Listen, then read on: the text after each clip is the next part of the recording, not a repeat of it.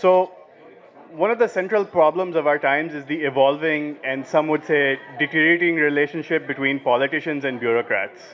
So, this session will begin with a presentation by one of our fellows, Rahul Verma, on the relationship between political elites and local bureaucratic capacity.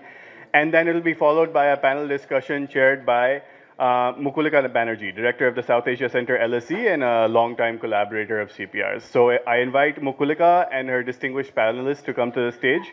Her panel includes the distinguished Shekhar Gupta, who is chairing our last session, founder of the Print India, our digital media partner, Deepak Sanagan, senior visiting fellow CPR and former Indian Administrative Service Officer, Jayant Chaudhary, former Member of Parliament in India, and Patrick French, the Dean of the School of Arts and Sciences of Ahmedabad University. So I request them all to come to the stage. While our panelists make it to the stage, Rahul will start his presentation on political elites and local bureaucratic. Good afternoon. My name is Rahul Verma. I work at Center for Policy Research, and in next 10 to 12 minutes, I'm basically going to talk to you about political elites and how they constrain local bureaucratic capacity. I'm going to basically start with two stories about India of last 70 years. The first story is a story of democratization. A lot of people have been basically writing about transformation of authority in rural areas and the decline of old social order. Scholars have been arguing that caste hierarchy is withering. Land, which was the traditional source of power, is declining in its importance. Lower castes have gained a share of political power. A new pattern of leadership has emerged. Aniruddha Krishna wrote a fabulous book on this, describing this term, Naya Netas. We also have now extensive quotas for marginalized communities after the 73rd and 74th Amendment Act. So these communities have gained a share of power. Overall, James Maynard and some other people have argued that if you look all of these things together, there is a sign of greater accommodation and democratization at the local level in India. Similarly, there is another story going on. There is ample evidence to point that the reproduction of traditional local power structures are still going on, even though they may no longer be rooted in land or ritual distinctions exclusively. There appears to be weakening of traditional social grip of landlords over day-to-day social life, but that does not necessarily mean that the economic and political dominance has withered away. Rural power holders still continue to exercise rural power. They have heavily invested outside agriculture. For example, Jats in western Uttar Pradesh have gained political power through police services. Similarly, different peasant castes across India, Jats, Patels, Reddis, Kamas, Lingayats, and Vokaliggas, exercise much regional power even today. So what is happening? This is a data from, this one is from on MLAs, which is basically TCPD, my friend Jeel, who have been working on this for a long time. What we are basically witnessing, that the share of upper caste is going down as MLAs, though there has been a recent increase. But overall, the share of lower caste have sort of like increased. This is also happening at the block pramukh level. So 2-minute summary of next 10-minute presentation, which is, and you can go to sleep after this, which is, there is a reproduction of traditional power structures taking place, which is a well-oiled machinery. And this is maintained by powerful elites who are generally from dominant caste, tend to keep political offices within the family. They collude with bureaucratic agents and oversee a large patronage networks, which includes criminal entrepreneurs and brokers. They often operate like a cartel, which in turn has a serious implication for economic development, democratic aspirations, as well as bureaucratic capacity. So I'm going to now present some data. What I have is socio-economic profile of candidates contesting at parliamentary constituency level, assembly constituency level, Zilla Panchayat level, and block pramukh level in Uttar Pradesh. How did I collect this data from 1980 to 2020? State Election Commission of India basically uploaded the affidavits of the contesting candidates, and alongside they also uploaded the phone numbers of those candidates. I got 4 Delhi University undergraduates and made them call in all blocks of UP for 6 months. They not only spoke to these politicians, but they also spoke to local journalists so that we can sort of verify data. And now we have information on how these candidates are related to each other. What I've also done have merged the TCPD data on elections with ADR data on criminality and assets with PRS data on how do candidates perform. So what do we get? Basically, when we think about dynasties, generally the study is only at a single level. If someone is contesting as a member of parliament, whether his or her father or someone in the previous generation was also a member of parliament or not. But this is not how modern political dynasties operate, right? They basically contest at multiple levels at a single point of time. Jeel, who likes this political family a lot, Mulayam Singh Yadav dynasty, there are at one point of time 25 members of this family contesting at various levels. From Zilla Panchayat Adhyaksh to Member of Parliament to becoming Chief Minister to becoming Defense Minister, and a young person who was not even 25 was appointed the chairman of the UP Cooperative Board, right? So that's how you sort of like exercise political power. But so what has been happening in UP? This is a data from 1980. Each line basically starts at 1, so saying all those who were contesting in 1980s. What you can actually see that there is a retention of people even in 2020s. So 20% of political families who are present in 2020 were also contesting in 1980. And you could basically see that, like in the data set, the number of family occurrences basically tell you how many times a certain political family has contested. So of course it declines, but you would see political families which have contested 12, 13, 14, 15, 16 times. And there is a variation across districts in UP. So a place like Gonda, what you will see that there are powerful sort of like politicians who control much of the politics. So if you think about Gonda, think about Raja Gonda. Grandfather was contesting in 1950s and 60s, and there is a famous story that Nehru was campaigning in Gonda, and Raja Gonda got snakes into the field. And Paul Brass has written about Raja Gonda. Then his son, Raja Anand Singh, contested for many years. He's still alive. And Kirti Vardhan Singh, the grandson, is now MP for many terms. But in a place like Sitapur, what we see is basically there are no big political elites who are controlling the politics across the districts, but there are small families who are contesting at multiple levels. Now, how do these political families operate for such a long period of time? You may wonder, and people would argue, oh, some of these guys might be actually doing good work and that's why they get elected. No, that doesn't look like the case. So if I sort of like plot the data on how some of these candidates from political families perform in the legislature, in fact, those who belong to families who have been in power for a long period of time, they are less likely to attend the house and less likely to ask questions in compared to people who are coming for the first time. There is similar data on MP lads. I'm not going into that. In fact, what is also happening, it's not that these guys distribute a lot of things and do a lot of good work. What is also happening, that this is a data from survey data, in fact, citizens living in places dominated by these political families have less awareness about government schemes. So they know less about pension scheme, they know less about housing scheme, they know less even about the Akhilesh flagship project on laptops. Then what is going on? So this is basically a data on from ADR, Association for Democratic Reform. So we scraped their assets. In fact, those who have more political families who have been there in politics for a long period of time, they are more likely to have more money. Not just more money, their investment even within the assets which they are declaring. So in the election affidavit, the government asked them to report on how much in jewelry, how much in cash, how much in bonds, how much in land. And so what we did, we basically divided them into movable and immovable assets.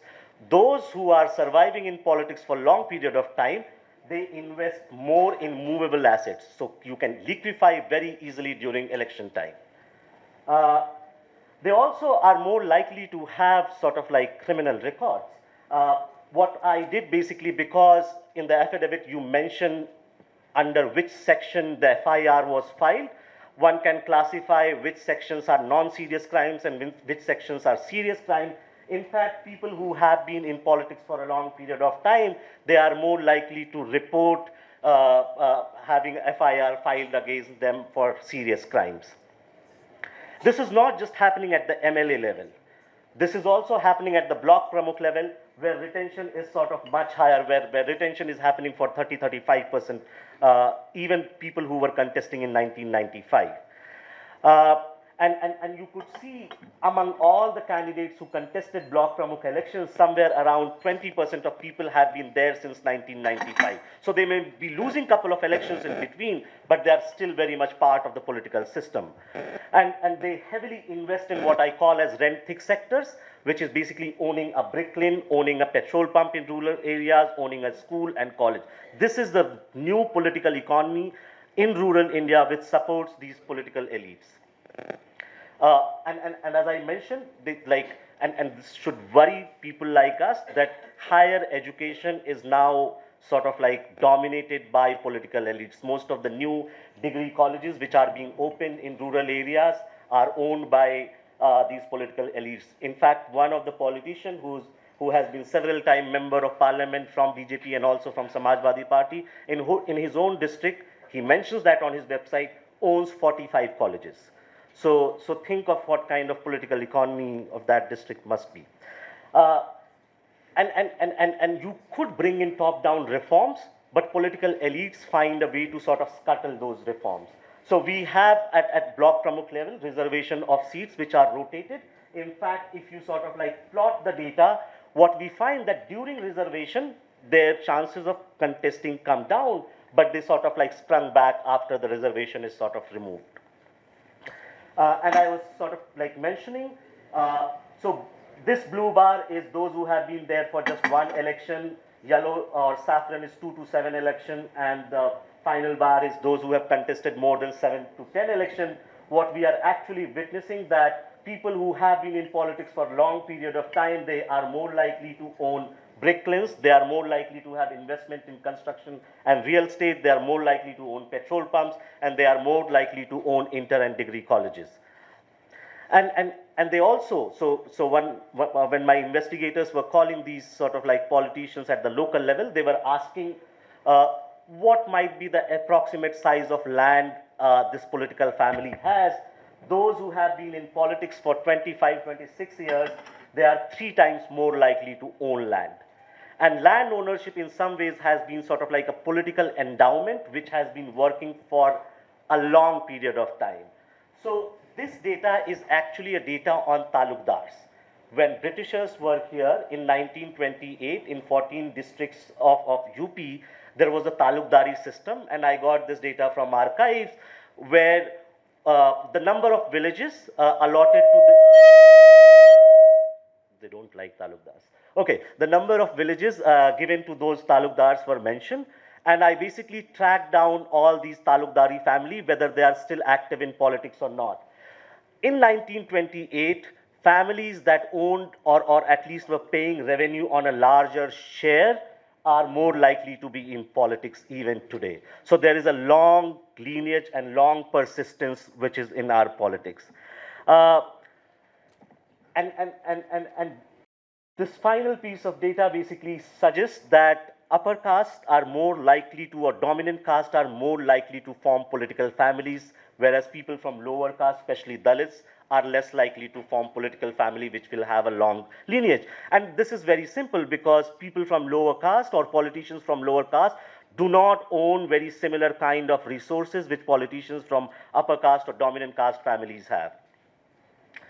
So to sum it up, many moons ago, Paul Brass wrote that local power cannot persist without control over influence in government institutions. This is how local sort of like politics survives. Powerful families mediate the relationship between the state and the society, and they shape the implementation of policies, bend the administrative machinery in line with their interests. What we are actually getting, and now there is literature emerging in development economics, that we have subpar social and economic outcomes. There are poor sort of educational attainments. Local governance structures are under strain. We also know, and there is new sort of like data we will be able to sort of mine that data very quickly. What is happening is that there is a caste, basically a linkage between party politics, caste, and local bureaucratic machinery. And this linkage in some ways is sustaining the power of these local families, which is now very, so we are caught in a vicious circle. Those who control state or local politics, they also want to entrench themselves further. And it basically, it is in their hands whether we can sort of like take the local state out of those clutches or not. So final point, basically, A.C. Muglo wrote that if local elites are strong enough, then state building will either not be attempted or will be limited. So what is happening, we have been discussing about the weak state capacity of Indian state since yesterday. The capacity of the state has to be sort of like thought through various measures, not just the autonomy of the state to function, but also efficiency of the state to deliver, and also whether the state is accountable to its citizens or not at the local level. And local elites have interest in not making the state accountable as well as efficient. I rest my case here. Thank you. Rahul, what I propose, we haven't had a chance for the panel to meet before the discussion. So can I just share with my co-panelists and the audience, I think, how we might conduct the next hour. Yamini, how long do we have? Do we have to end at 4? You can end at 4:15. Okay. So that was a very helpful presentation, Rahul, and it gets us well set up to look at issues of state capacity, which of course CPR is just starting a multi-year program on called the State Capacity Initiative that we heard about yesterday, and what its interlinkages with political power and local power elites is. And a key question, and by the way, for those of you who were there for that discussion last evening that Yamini was chairing, you will remember that she actually asked a direct question about this, she asked the bureaucrats when they were able or not able to function because of political actors, and the question went unanswered. So we have bureaucrats, we have politicians, we have scholars, journalists on this panel, so hopefully we'll be able to be more candid about this conversation.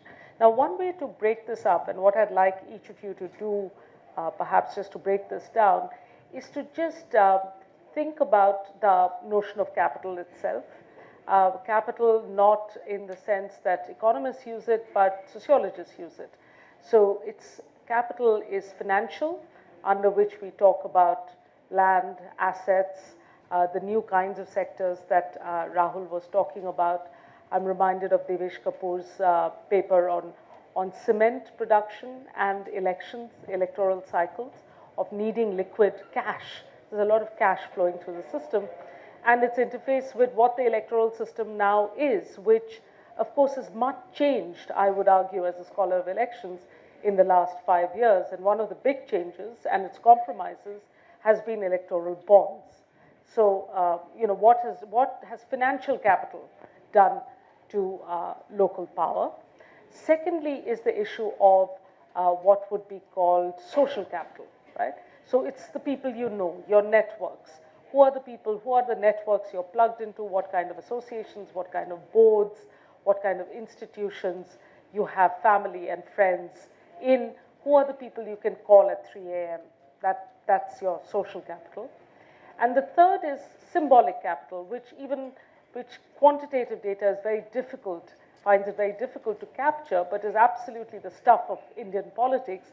You can have the firstborn son of a political leader who is the obvious political heir, who has no charisma. So what do you do? And you know that, I remember Priyadarshini Singh is here. I remember when we were doing the research for Why India Votes and her data from Bihar on candidate selection. One of the reasons why he was selected, this particular candidate, Priyadarshini told us, was, "Ye TV pe achhe lagte hain." And those are the kinds of factors that are actually really important, right, for Indian politics, where you're communicating with thousands, not through words, but through visual signaling of various sorts, and we can talk about that. And in that symbolic capital, in that social capital, of course, it's taken for granted the issue of caste, which is so critical. So if we can spend, if each of you can just reflect on these three kinds of capital, and please feel free, you know, people like Shekhar, you've been watching Indian politics for so long, anecdotes, examples, do bring them in if you can give us some examples. I know you'd prefer to use examples of people who are dead, perhaps safer to do that, but if you have stories you can share with us. But, and then we do that for 3 or 4 minutes each of you, and then we can properly investigate the issue of its interface with the bureaucracy. So who would like to start? Would you like to start, Deepak? Or should I start at No, this I'd end? rather Shekhar, start with more substantive voices. Then you will get, see, now that you've asked for anecdotes, it's like in old movies when Meena Kumari got everybody really sad and crying. Johnny Walker would appear from nowhere to make everybody smile. So I shall do that. Start with a more substantive. Meena Kumari is making, we heard about Pakiza at the opening Yes, session absolutely. yesterday, right? So this is... We are the Meena Kumari generation. Actually, we are a Meena Kumari country. So, Right. So let's start with the politician on the panel. Tell us, as a member of a political family, when you think about your own political career or your cousins or brothers, family, do these academic categories make sense to you? No, I think Rahul's study is quite incisive. It does tell a story and it's very real. I'm happy in some measure that a lot of the parameters he's identified for having longevity in politics, I don't qualify, or my family doesn't qualify. I don't own a brick kiln, and I don't have a criminal record. Maybe there's something I'm doing right or wrong, because I lost the election. So it's one of those things. So you're right. If we just talk about financial capital and how I perceive how have things moved on in the last, let's say 6 years, because preceding that there was a lot of public angst about corruption. And there was a lot of debate about corruption. We saw popular social uprisings with a central theme of corruption. And there was a solution that was offered. And then we saw a very, you could say, aspirational campaign where the prime candidate promised delivery, promised governance, promised revolutionary changes in our governance structures, in cleaning the system. So let's talk about what has happened in the last 6 years. So I've now fought about 4 elections. I fought one MLA election while I was an MP, which I think was a blunder because then I had to give that seat up and I faced anger out of that. And then, so I won one election, which was my first election from Mathura, and then I lost 2 elections. So I've been on both sides, and I've also spent money on a campaign. So I will officially say that I stuck by election commission limits, but wink, wink, we all know what the truth is.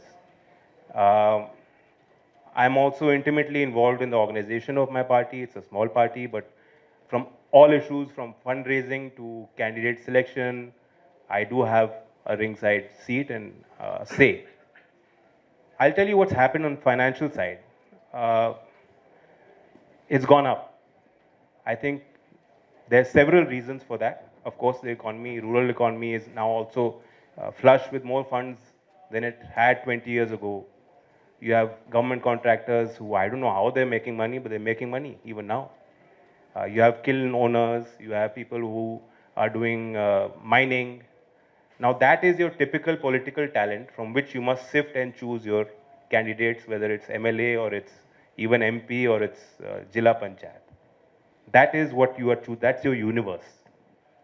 There are very few activists, very few people outside the ecosystem who actually have the courage to say, I want to fight elections. Most of them, they want nothing to do with us.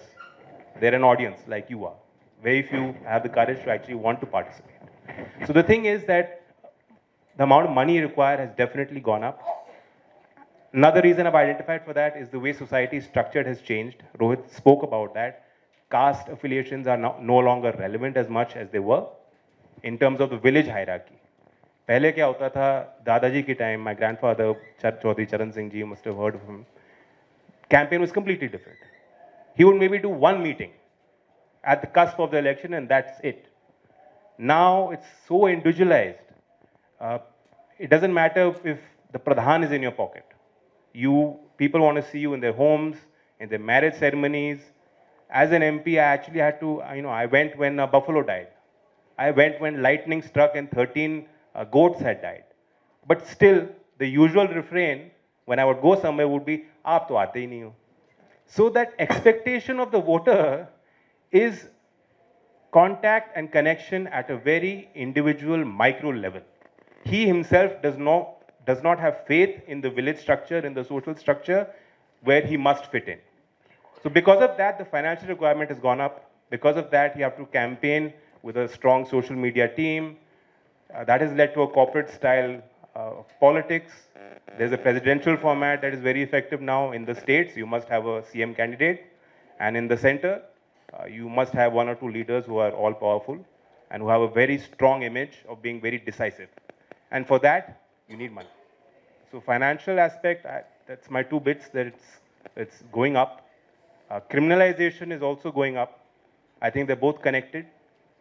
And I think it needs a popular uprising again with some coherent solutions rather than abstract concepts to shake this up. Can you give us one instance in which your, what I'm calling social capital, was useful?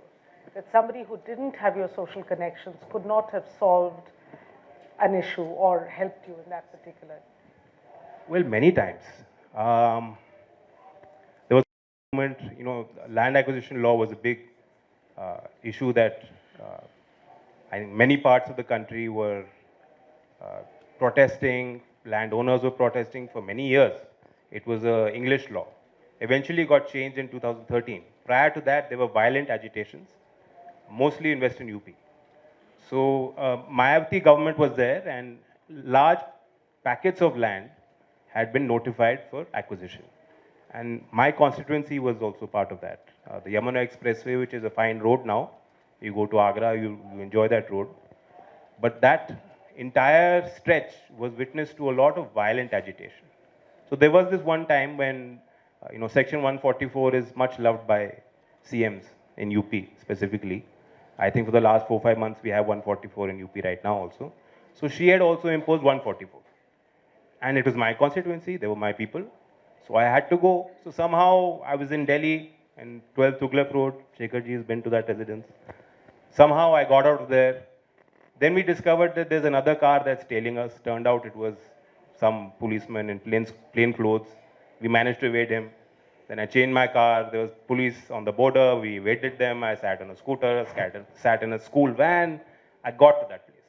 But I got to the place not knowing what's going to happen. And is it a mob? And जैसे किसान के जो हथियार होते हैं वो किसान के हथियार लाठी वाठी लेके वहाँ लोग थे. And I was standing on top of that street.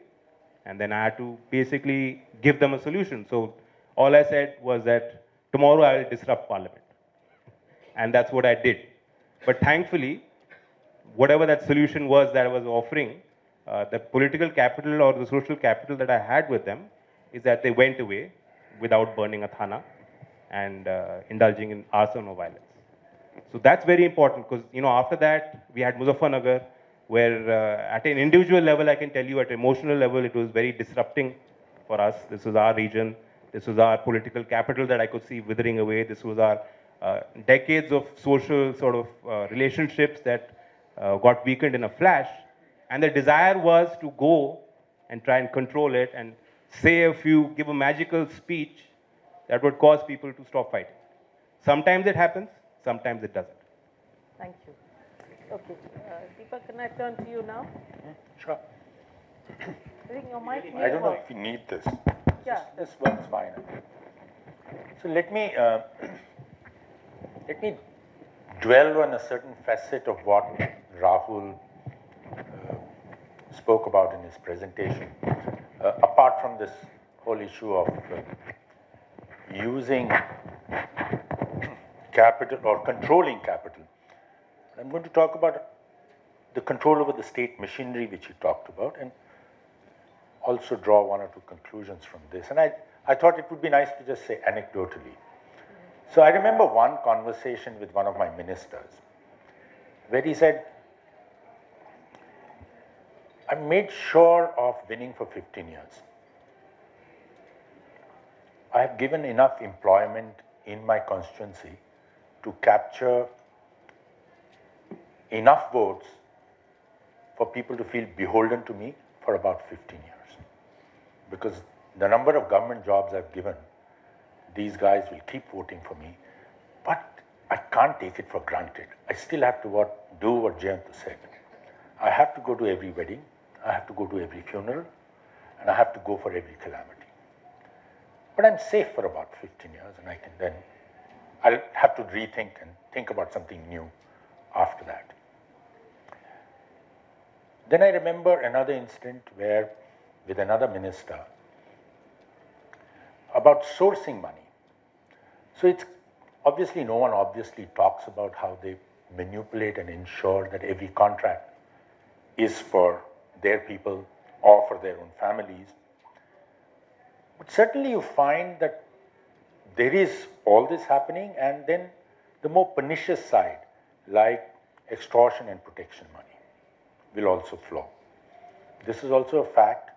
So what you end up with is not just the case of some families dominating, but those are the role models. The kind of behavior which Rahul was listing out is not just that these are some families which are dominating and causing problems. These are the role models for every aspiring politician who wants to make a mark, who wants to win the elections, and who wants to hold power.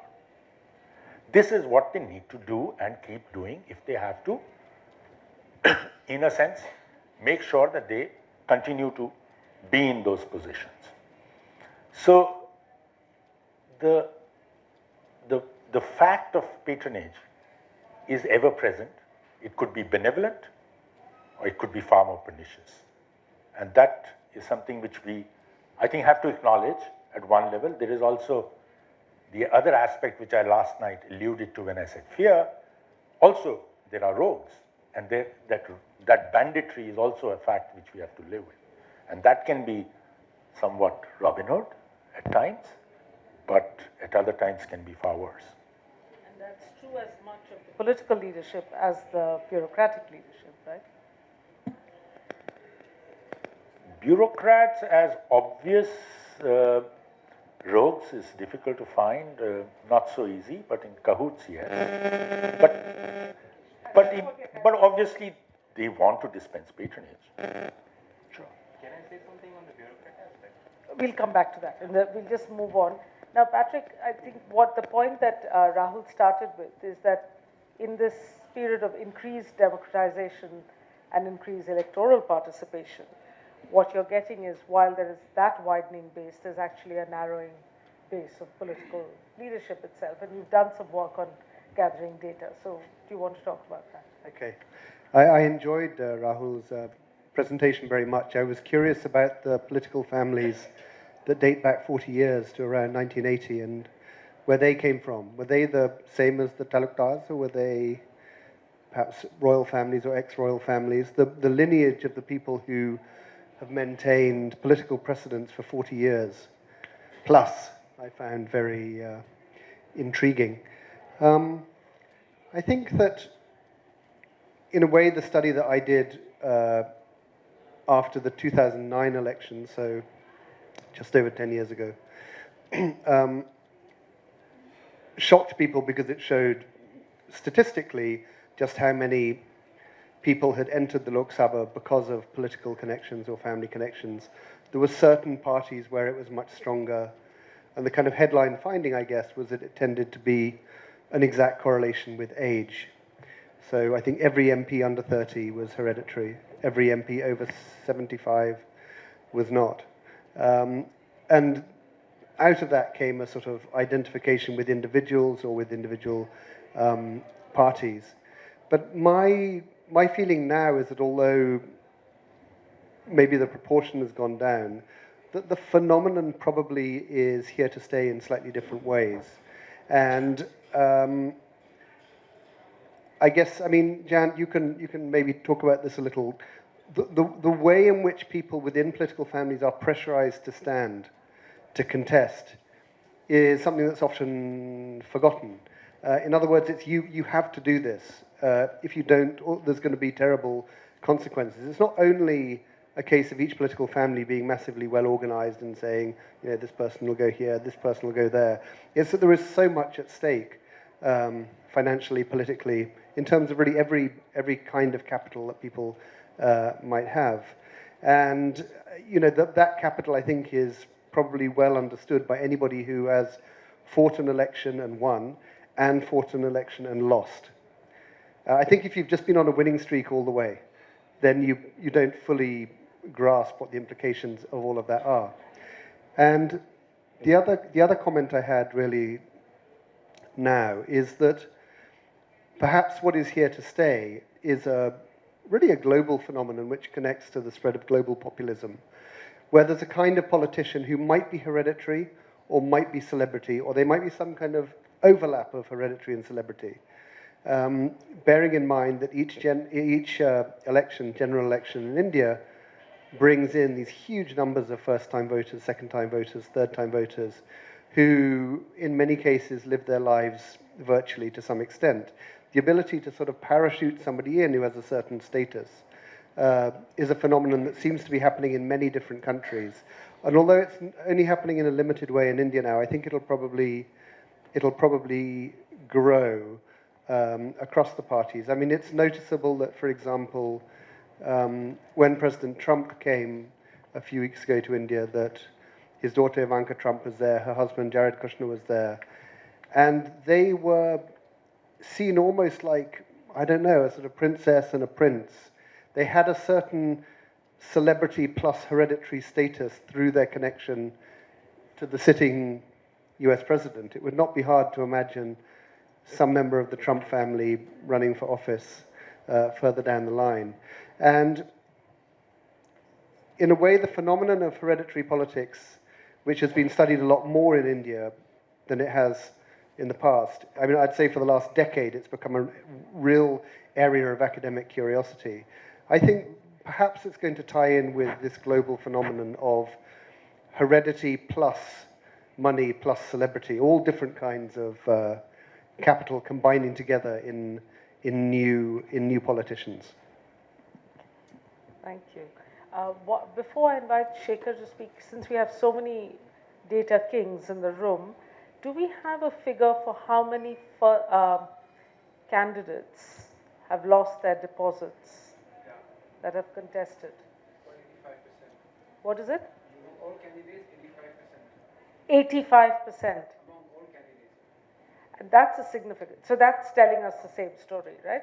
So of all candidates who contested elections, this is 2019, 85% of the people who contested an election lost their deposits. Right, okay. Shekhar, over to you. I'm okay. First of all, I see a lot of these data-based presentations. They are all excellent. All data is useful. But I'm also struck by the fact how obsessed and limited and focused all these presentations, at least the ones I have seen, are on the Hindi heartland. Because there is India beyond the Hindi heartland. But what applies to Hindi heartland usually does not apply to many parts of India, definitely does not apply to the south. Because if your question is local politics, elites, state capacity, the south is exactly the opposite of Uttar Pradesh and Bihar. And that's why the south has much better social indicators than Uttar Pradesh and Bihar. Raghuram Rajan described, I think it was in Saving Capitalism from Capitalists, he described the nature of the Indian elites or Indian power structure. He compared that with a cyclist who bows to those at the top but kicks those at the bottom. If you see how things work in the south, it's the opposite. Because in the south, the top political leaders collect at the top, single source, some of that's happening now with electoral bonds, collect at the top, single source, but at the ground level, make sure that their bureaucrats are allowed to function. So state capacity is very good. Politics is maybe more corrupt than in the north. They make more money because there is more money to be made. How much money can you make from the poor in Bihar and Uttar Pradesh? So it's a completely different model. So to think or look at one set or one geography or one demography in India, and then to generalize it over India is fraught with many dangers. Second, somebody said, oh, even if you work all this while, unless you have family connections, this, doesn't work. So for every generalization you give me, I will give you an example from the living and from the dead, and sometimes I'll connect the living and the dead. So here we go. You have the strongest dynasty in India right now, at a time when dynasties in politics are generally declining. Look at the map of India. Kashmir, Abdullahs, Punjab, Badals, Haryana, all the three Lals, right? Bajanlal, Devilal, Bansilal, all dynasties have declined. Uttar Pradesh is not going to have a dynasty. Existing dynasties have declined. All of India is not going to have a dynasty. Existing dynasties are declined. In fact, when somebody said that what do you do if the eldest son in a dynasty, who's the most likely inheritor, is not good enough? So I thought you were talking about Gandhi family, right? So this is a situation in India where dynasties are declining. The odd dynast who's ruling will not have a dynasty. In Odisha, the guy will not have a dynasty, but he runs a very good government with great state capacity at village and district level. It's counterintuitive. In the east, in Maharashtra, there is a dynasty, but he has 1/3 of the numbers in the state assembly. So this is a funny country. So now, the only dynasty I would say today that's really powerful, and so powerful that just a year and a half back swept its state elections, is KCR's dynasty in Telangana. A few months later, 6 months later, parliament elections took place there. His daughter was contesting. Those of us traveling in Telangana would not even have seen it worth our while to go to her constituency because it was seen as what the Americans would call slam dunk. She lost. She lost not by 1,000 votes, she lost by 79,000 votes. Who did she lose to? She lost to a much younger man born in 1976, much younger by the standards of Indian politics or American politics right now. A man called Arvind Dharmapuri Arvind, who used to be in the Congress party, came to BJP lately. BJP has no base in Telangana. BJP has one seat in the assembly in Telangana. A guy called Raja, who basically only talks about cows all the time. Now, this guy defeated KCR's daughter. I mean, that's a shock KCR has not yet recovered from. And that's why he keeps going into long periods of recluse, right? Because he can't believe how this happened. And if you now check how this happened, people tell you that for the past 5 years, this guy has been sitting in that constituency. He's been going village to village. He's going to every funeral, every wedding, every engagement, everything, solving problems, calling bureaucrats. So don't apply anything. There's a peril with data. The peril, data is very useful. We journalists love data, and we love it when the eyewitness accounts we bring is generally sort of described as anecdotes, as comedians' tales. But the fact is, for anything you try to generalize with data, I will tell you a fact which is contrarian. Now, Jain said that he doesn't use, he runs the most ethical elections. Booth capturing to India were taught by his grandfather, right? His grandfather invented booth capturing. There was no election in Bagpat without many repolls. In fact, so much so that for a long time, Lokdal was called Lathi Dal, because they just made sure the Dalits won't be able to vote. Anybody who wasn't voting for them will not be able to vote. So there was an election system in India pre-session and after session. Now, his grandfather is no more, so he's dead.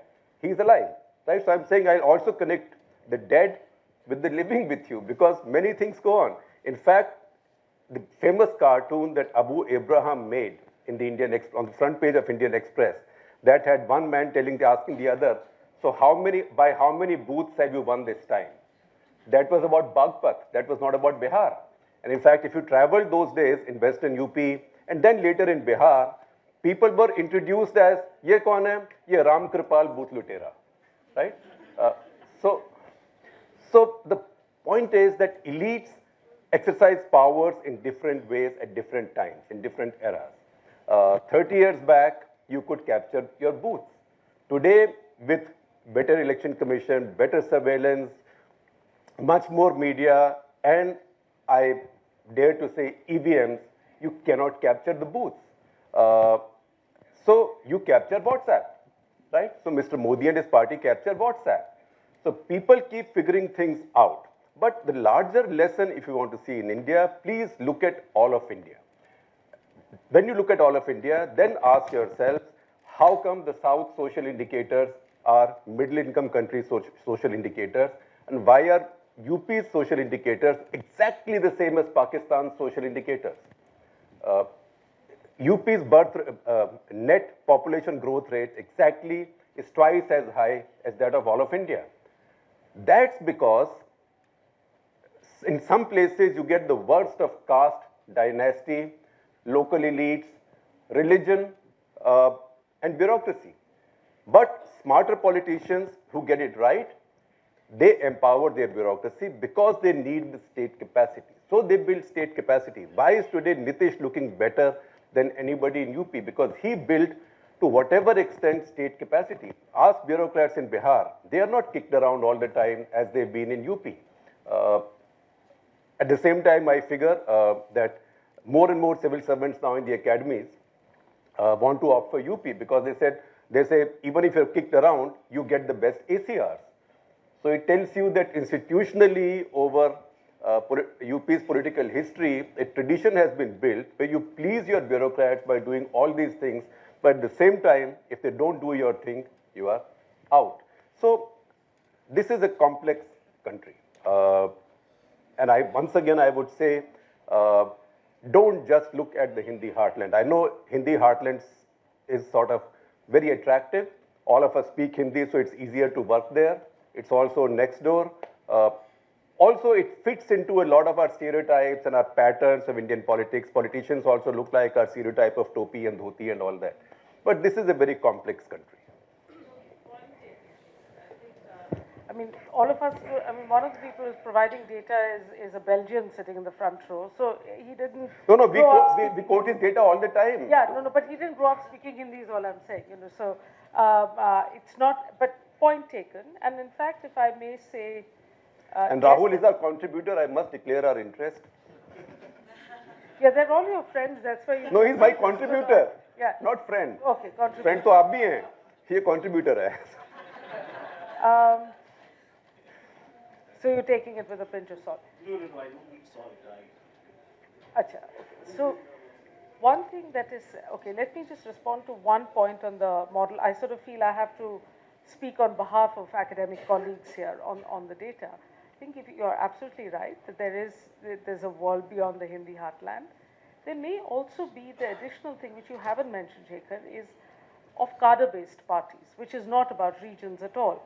And I say this, of course, on the basis of 20 years of familiarity in West Bengal, where I've seen what the left front is able to do through a cadre-based system, where, but interestingly, when you look at the composition of the Politburo of the Communist Party of India, Marxists, it is almost entirely upper caste, right?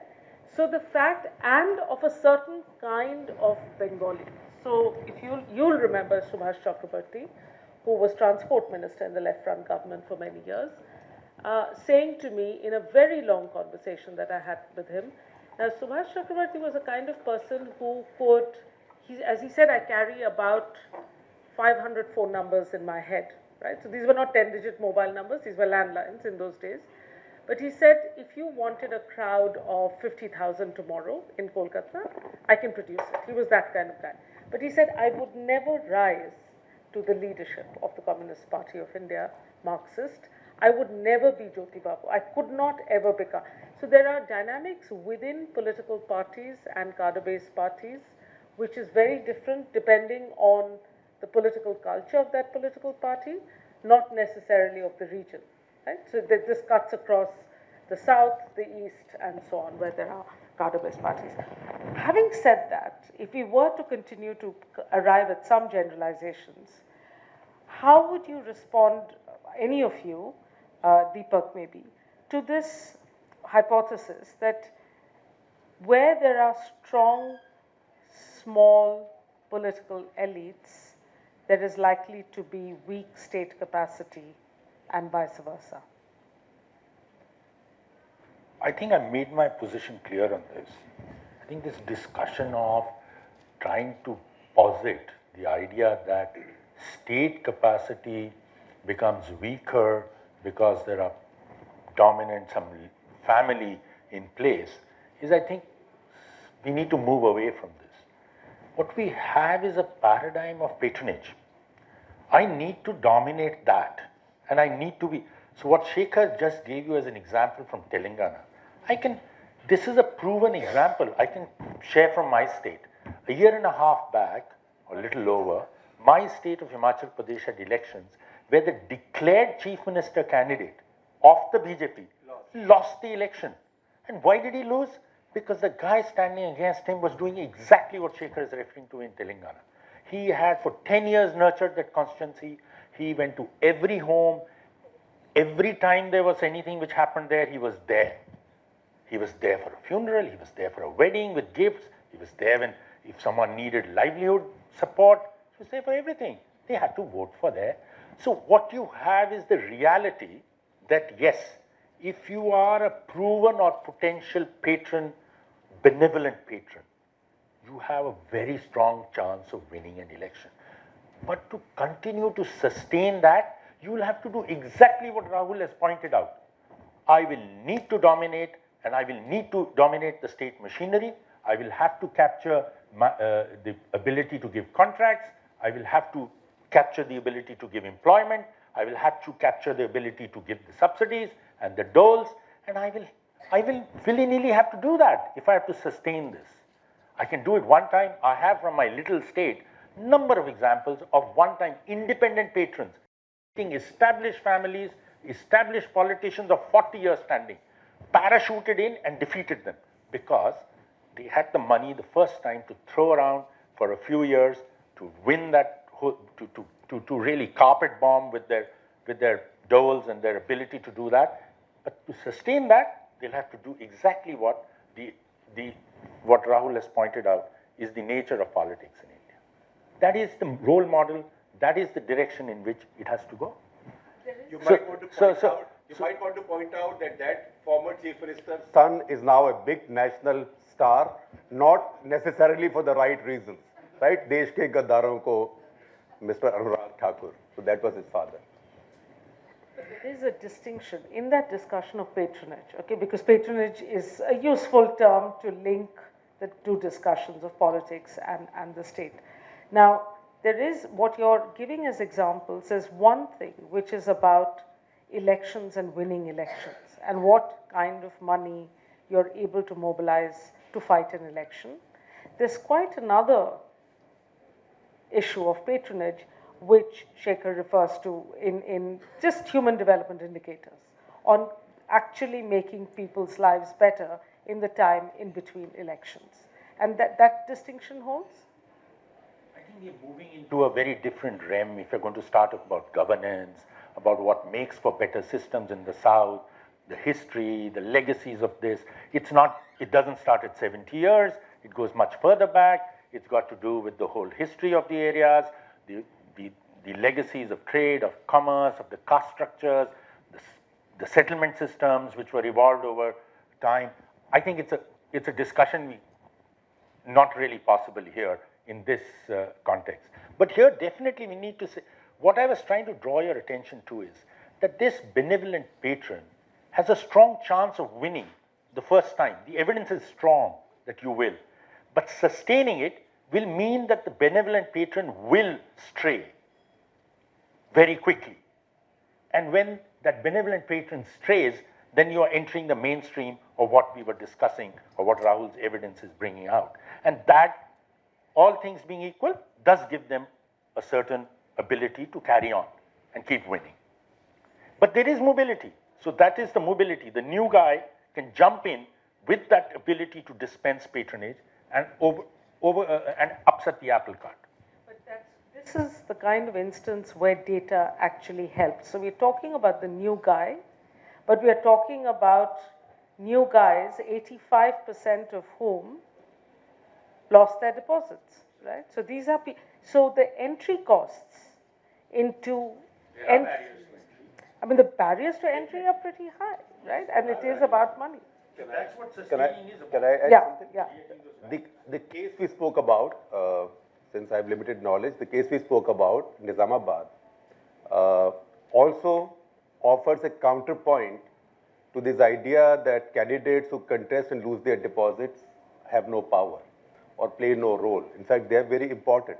One of the reasons Arvind won Nizamabad was that he put up 241 farmers as candidates against the chief minister's daughter, because she had these were mostly turmeric farmers who said that she had not kept the promises she had made to them, including a promise that she will get the central government to set up a turmeric board, like there's a spice board, right?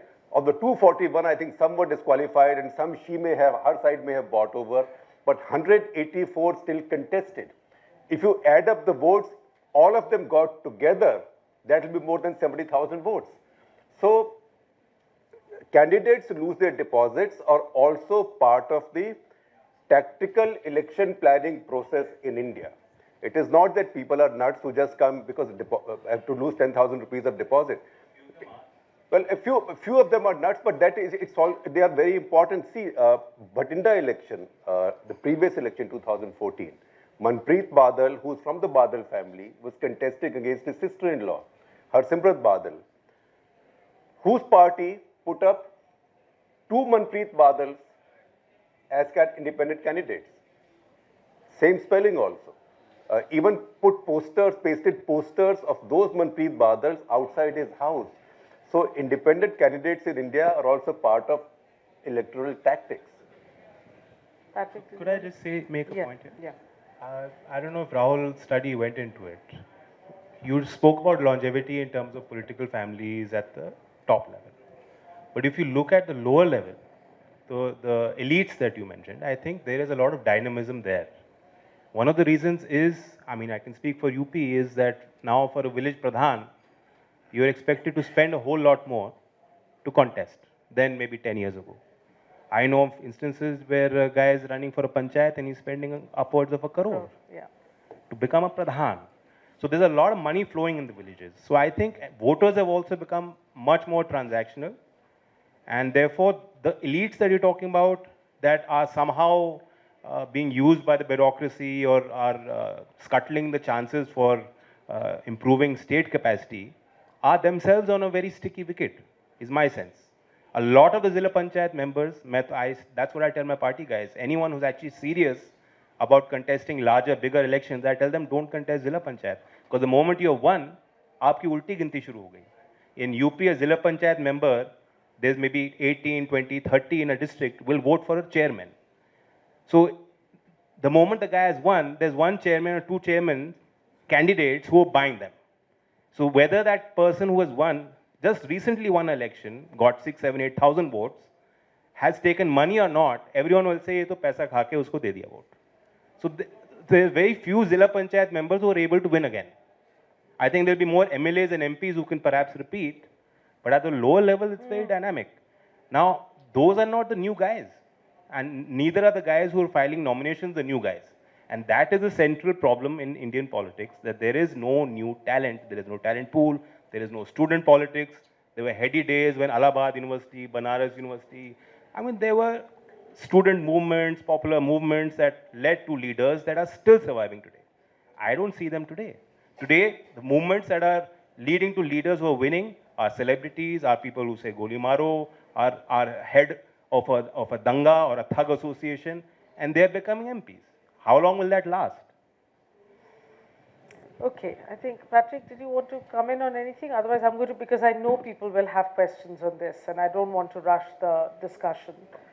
Did you want to wait? I'll wait and respond okay. during the course of the. So why don't we take some questions, and we'll take 2 or 3 questions together, and then you can have some time to respond to them by turns. Are there any questions right here in the front?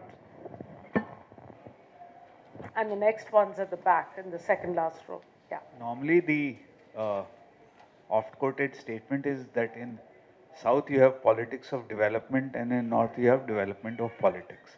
However, does the picture still look the same once you go to sub-state level?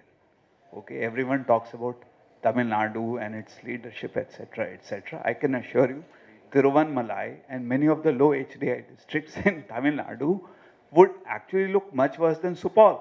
So the question is, I mean, you know, the unit at which you try to analyze will generate the answers that you want to give. So what is the extent of confirmation bias that comes when we try to analyze political data? Okay, thank you very much. There's a question at the back, yeah. Somebody had their hand up? Yeah.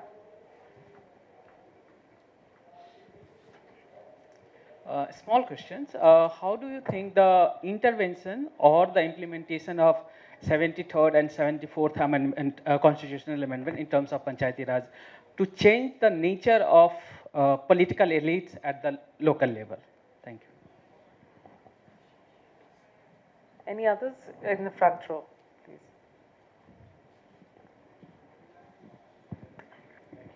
I feel compelled to annoy Shekhar with a little bit more data.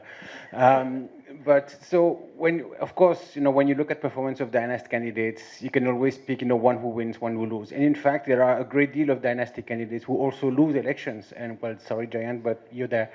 And but what we have to look at is two systemic factors. One, rather positive, is those who conform to expectations on voters, those who conform to the role that is bestowed on politicians, which, being available, doing the groundwork, what you aptly describe, those are the ones who actually make it. Those who remain aloof, those who don't make themselves accessible, get, discarded by voters, and that's good. That works for dynasts, that works for party leaders, that works for Gunda politicians, etc.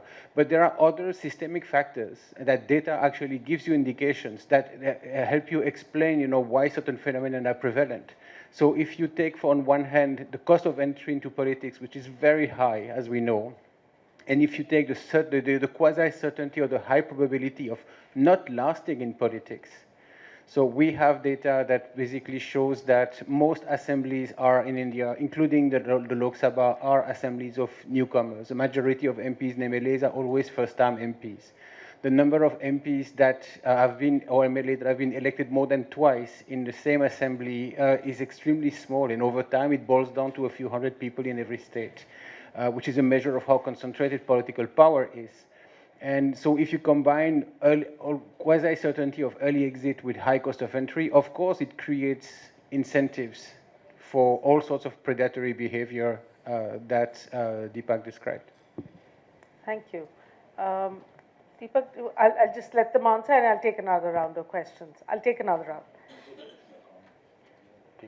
Do you want to say something about the sub-state level as opposed to the state level indicators? I mean, it was Shekhar's point, so I'm going to make him answer too, but no. Okay, so Shekhar, do you want to take that first question about the unit of analysis, not being the state? There is political data and there is economic data. So you don't counter political data by no data, right? There is also economic data and there is also social data, socio-economic data. So you have to see everything. I'm sure you can find the best and the worst in every state, because our states also have regional variations. The districts you talk about in Tamil Nadu, for example, are among the driest districts in India. Once again, because we look at the country as the north, we forget that the second largest arid zone in this country is in Karnataka. How many people in our commentariat are available of that? All of North Karnataka is so dry. So there are very dry regions there, regions that are in rain shadow, they have no rivers near them. So Vilupuram area, the areas that we talk about are those areas. That's one. The second thing is what you said about data. I have no irritation with data. What will we do without data? We need data to substantiate our theories. But it's like relying, I'm irritated, not irritated, I'm provoked by generalizations based on data. To draw large generalizations based on data, to me, is like telemedicine, right? Some doctors looking, and doctors are like that these days. You go to a doctor, looks at your blood report, looks at your scan, right? Says you have this and this problem, and you have this and this medicine. By the time he's talking or she's talking, the patient is Googling the side effects of the medication, right? But you do want your doctor to feel you a little bit, feel your pulse. So there is something touchy-feely about politics and governance as well, which is very important. Now, traveling in villages in UP, for example, if you want to see the political history of UP, just check out in any typical village the history of hand pumps installed there. So you see his hand pumps installed in front of Dalit homes or in Dalit streets will tell you that this was done when Mayawati was in power. Hand pumps installed in the Jat streets will tell you when RLD had something to do with power. Huh? When? When we were capturing booths, he said. No. When they were capturing booths, there were no hand pumps being put anywhere, right? Third, or when Samajwadi Party was in power, then the Muslim areas and Yadav areas. And when the Congress was in power and the others were in power, no hand pumps, because it wasn't needed, because they were winning everything anyway. So also then the social situation was different. So these are things that keep varying from time to time. So you need both. You need data, you need real lived experiences, and you also need a big bullshit detector in your heads. Okay.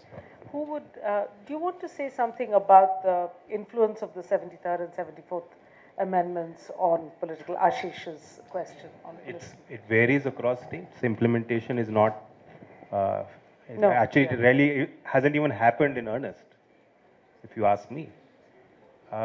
Also, our governance structure is so complex that voters don't really understand the different layers of governance. So they expected, DM used to be king. You know, वही चलता है, collector. He was the most powerful. Today, there are only 2 posts that are actually powerful. DM is no longer, at least in UP, the respect for the administration services has gone down. There's only 2 posts, Pradhan and Pradhan Mantri. So, I mean, now Pradhan is so resource rich. Block Pramukhs in UP don't get that much money now. So the money is flowing directly to the village panchayat. So that's a good thing. But if you look at whether their governance is at that standard, whether they're equipped to do that, we have women's reservation, for instance, and I go and ask, I meet a lot of them. ये कौन है जी? ये प्रधान है. प्रधान आप हैं? नहीं, his wife is the pradhan. And who goes for the meeting?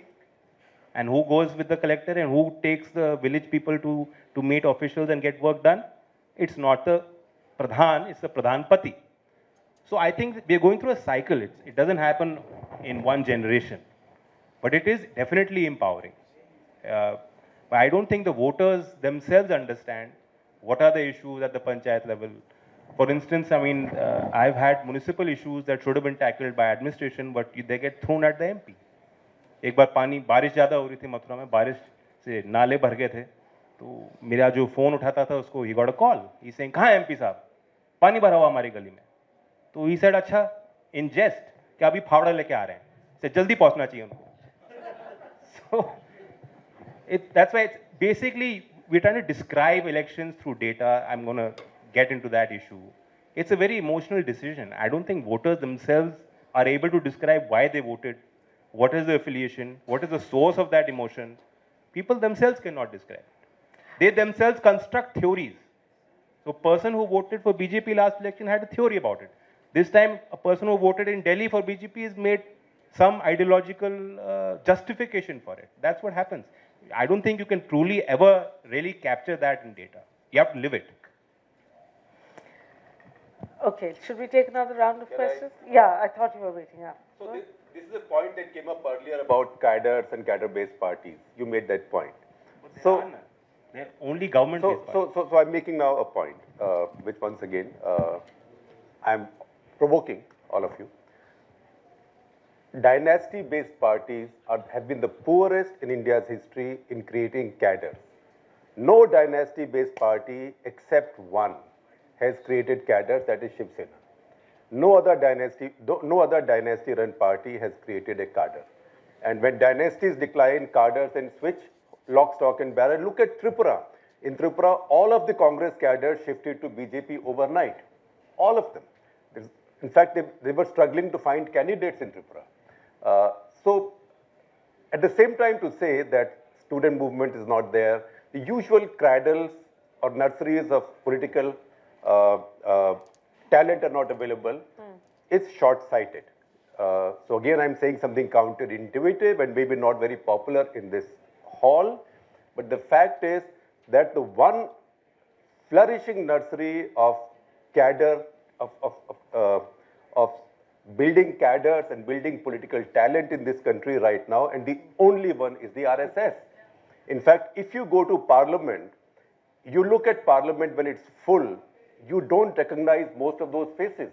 Then you go and talk to them, you run into them on flights, here, there. What were you doing? I met an MP from Madhya Pradesh who said I was a magistrate. And then what happened? संघ का आदेश मिला, मैंने छोड़ के contest कर लिया. So these cadres have been built up over time. They are committed to the cause. They've done only this. They've gone to the Shakha morning and evening. This is a nursery of political talent. So Dharmendra Pradhan has come from there. Piyush Goyal has come from there. Now, you can like them or you may not like them. But if you have to now fight them, then you have to build your own nurseries of talent. And then talent cannot just be that, oh, all of you are very talented guys, but my kid is the best. But it's government that is sustaining that cadre. No, government. I fought with BJP government has come only now. Meeting. And there are only 10 people in the room. Governments come only now. They've worked on this all this while. Okay. Final round of questions. There was somebody here. Yeah, right here. बोलिए on. Binay here from Takshashila School of Public Policy. My question pertains to the electoral politics aspect.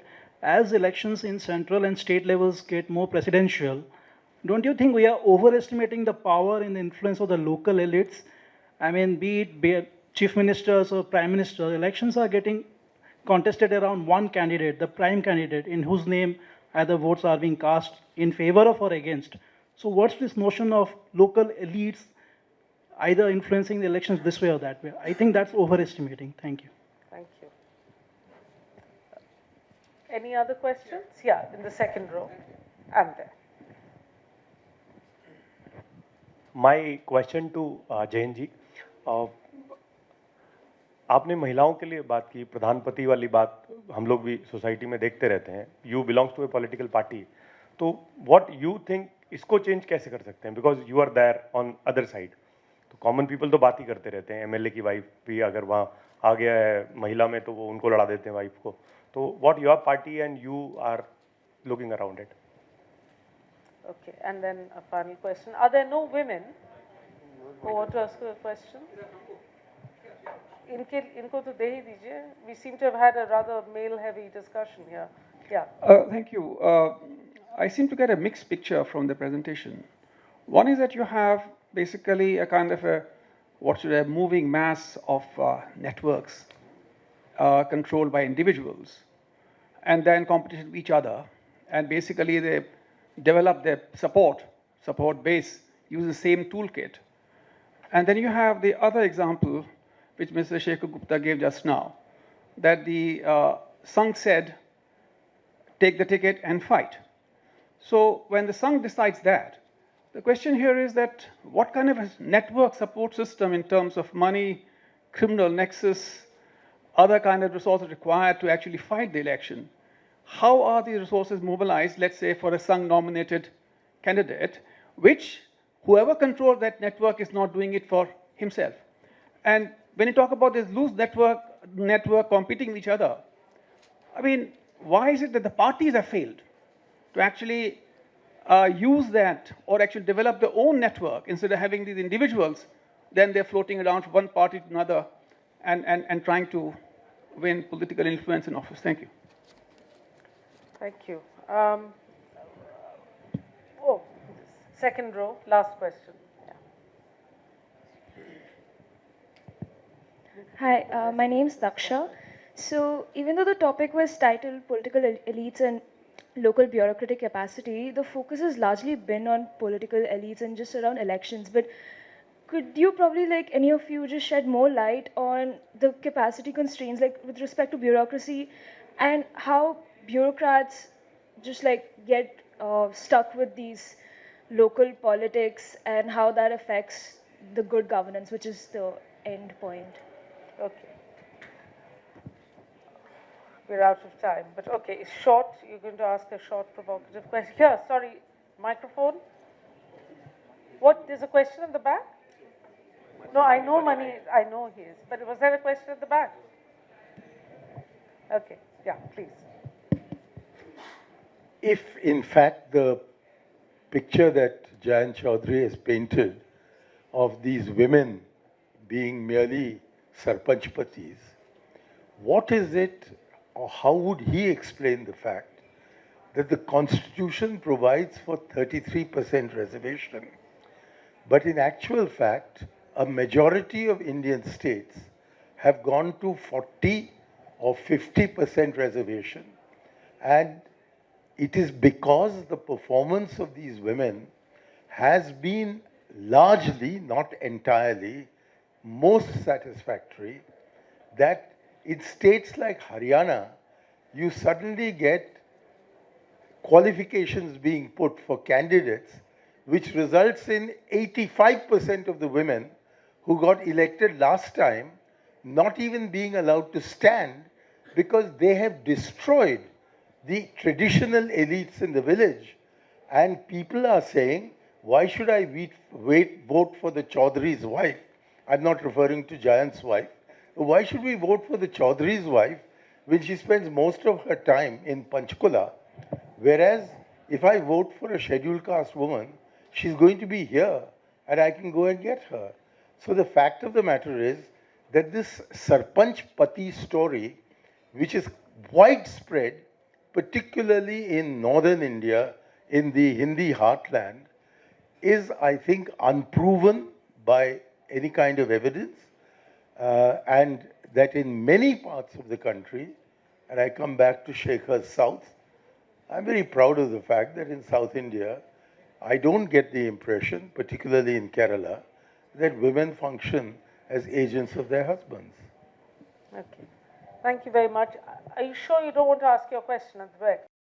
Sonakshi? No? Okay. So let's, we won't have so much time. Do you want to take, yeah, you have questions directed at you and I think you should respond to this one. But the question about that, yes, and I'm looking at Deepak to start with, and whether we have actually addressed the issue of being able to function at the local level with the political elites there are. But you've talked about it already, but do you want to respond to her question? I think in a sense, we all responded to that by showing that this whole idea of trying to say state capacity is impacted by a local elite is the critical issue is to understand what actually politics is doing and how it's moving to use his word, that sustaining the kind of politics we have, every politician needs to become predatory. You can start by being non-predatory, maybe, and then you have a good chance of winning. But you have to become predatory, and which means you have to dominate the state machinery at the local level. You will have to use it for the right mining contracts, going to the right people, or your family. You will have, if you're really good, you'll have a centralized system which ensures that every job will go according to what you want, the people you want hired. You will ensure that every subsidy, every house, every kind of dole will go to your chosen people. You can do anything. You will transfer, you will ensure who gets transferred in, what infrastructure is declared to be built where. All that you will dominate. The more perfectly you dominate, you feel that you have a better chance, unless you get overtaken by a benevolent patron. In some cases you do. But by and large, you've got a pretty good system in place for winning the election. And in many cases, win an election even against an ideological wave, even against a wave which says it's a sweep. But if you've got that structure in place, you have a good chance of winning, even in that situation. And cadre-based parties will obviously be ideological parties. Even the Shiv Sena has an ideology. You can't have a cadre-based party of people who don't have any. It's just impossible to maintain that kind of cadre. Yeah, just to Maniji's rejoinder, I wasn't trying to imply in any measure that women pradhans are not performing or they're not capable. I am talking about my experience when I go to a village and I ask my people. And even today in Western UP, I can tell you, in other parts of UP, this will hold true as well. When there's a death, and I go and I ask the family, for instance, that tell me about your family. Who are the family members? They will tell me about their sons. Then I have to prod them and ask them, acha behan hai, beti hai. Then they'll tell me about their daughters. So we can't escape the fact. That's why we have more crimes against women. It is largely a patriarchal society, and we can't move away from that. There are women who are fighting that. They're perhaps achieving a lot more than what we can perceive. But in the north specifically and in UP, there's miles to go. I think that's why you don't have enough representation at higher levels. And was this gentleman's question? I think it's not as much, we don't have a vibrant party system in place. I mean, there isn't even a coherent left and right. The party that was supposed to be on the right in economic policy is not on the right. So there's no intra-party democracy. So there are no real issues which are being discussed. And when there are no issues that are being discussed within the party, on party platforms, they're not going to be taken up in elections. And that's why I feel that things like gender, things like climate change, they're not going to be popular. So I think it has to be bottom up. Perhaps some of these pradhans will push and prod political parties to give more tickets. I definitely feel women have a softer image. They are more likable, especially if it's a younger woman who will do well in Uttar Pradesh if party chooses to give more candidates as women. So it will happen. I think that we are at a cusp. It will not take too much time. And I think political parties that are ahead of the curve today and adopt this faster. We have a women finance minister, we have women participating in parades, we have women now being granted permanent commissions in the army. I think it's going to happen maybe in 1 or 2 elections, you'll find 40–50%. Okay, thank you very much. I dare say that really does sound very parochial, because there are other parts of India where these would not be, the discussion would be very, very different.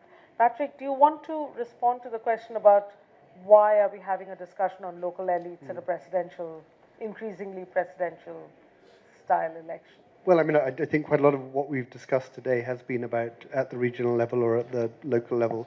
But actually, what I wanted to address was the last point that Shekhar made, which I've been pondering since he made it, about, let's say, the intra-party hierarchy and democracy, and what happens if you have a cadre-based party, and these MPs who've been plucked out of the structure of the parent organization of the party, who suddenly land there. And I was really thinking of how that sits historically, and the way that if you go back to 1947 and you go pre-1947, in fact, if you go over several hundred years, you can find countless examples of politics being a negotiation between different power groups, power centers, different individuals. That sense of fluctuation is absolutely at the root of so much of how Indian political history has gone on for centuries. And what you're describing actually now is something that's very different and very new. There may be some parallels in another cadre-based party like CPIM, perhaps, but if you look at more traditional post-independence political parties, there's normally a negotiation about how tickets are allocated and who gets seats. It's people coming and going and, well, we'll have to give them this, and there'll be maybe a caste-based equation, or it'll maybe be certain other families in the equation, and it's sort of what you can get away with. And now suddenly, really, almost for the first time, you're in a situation where individual politicians at the national level, MPs, have really extraordinarily little power.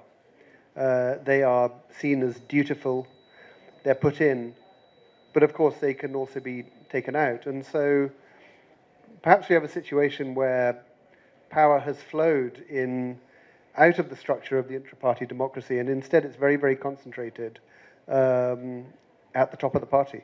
I mean, as I said, perhaps that has always been the case in the CPIM, I don't know, but I don't think it's been the case in the BJP in the way that it is at the moment. And I'm interested really to think about what that's going to lead to over the next decade. Okay. Shekhar, can you take this question, this one, which has been partly answered already, about why has the political party itself failed and people sort of take their political capital to different parties? I think some nominated candidate. I mean, yeah. Whose network does he or she depend on? Yeah. Well, is it working or have you been? Yeah, they turn it on in a minute. Okay. I think as I think Deepak said, you cannot have cadres without ideology. The reason dynastic parties do not have cadres is that the only binding glue the dynastic parties have is patronage.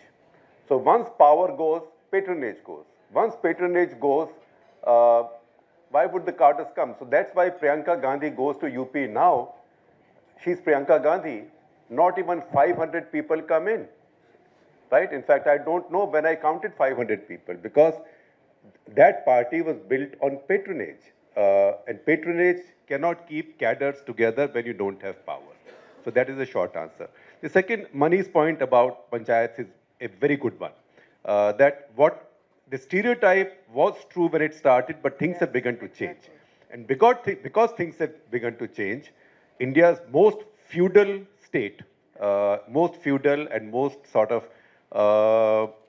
gender unequal state, which is my home state of Haryana, they came up with this ridiculous order, a shameful order, I would say, that to contest your panchayat elections, you have to have a minimum qualification. There's no minimum qualification to become Prime Minister of India.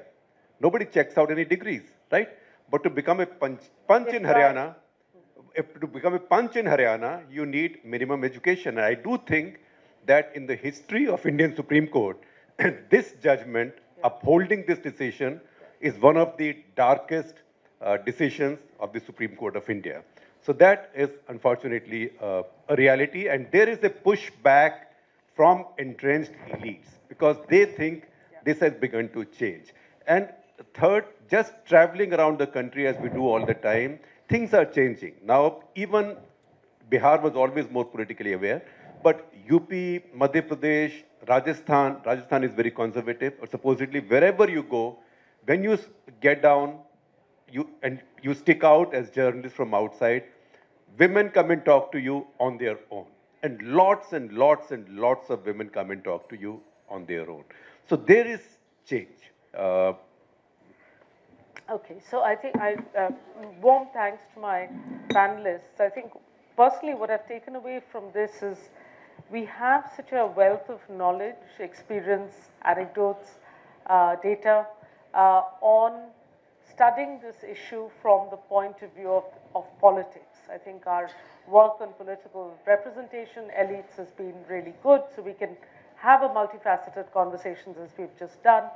What we don't have really is to be able to talk about bureaucratic capacity from within the state.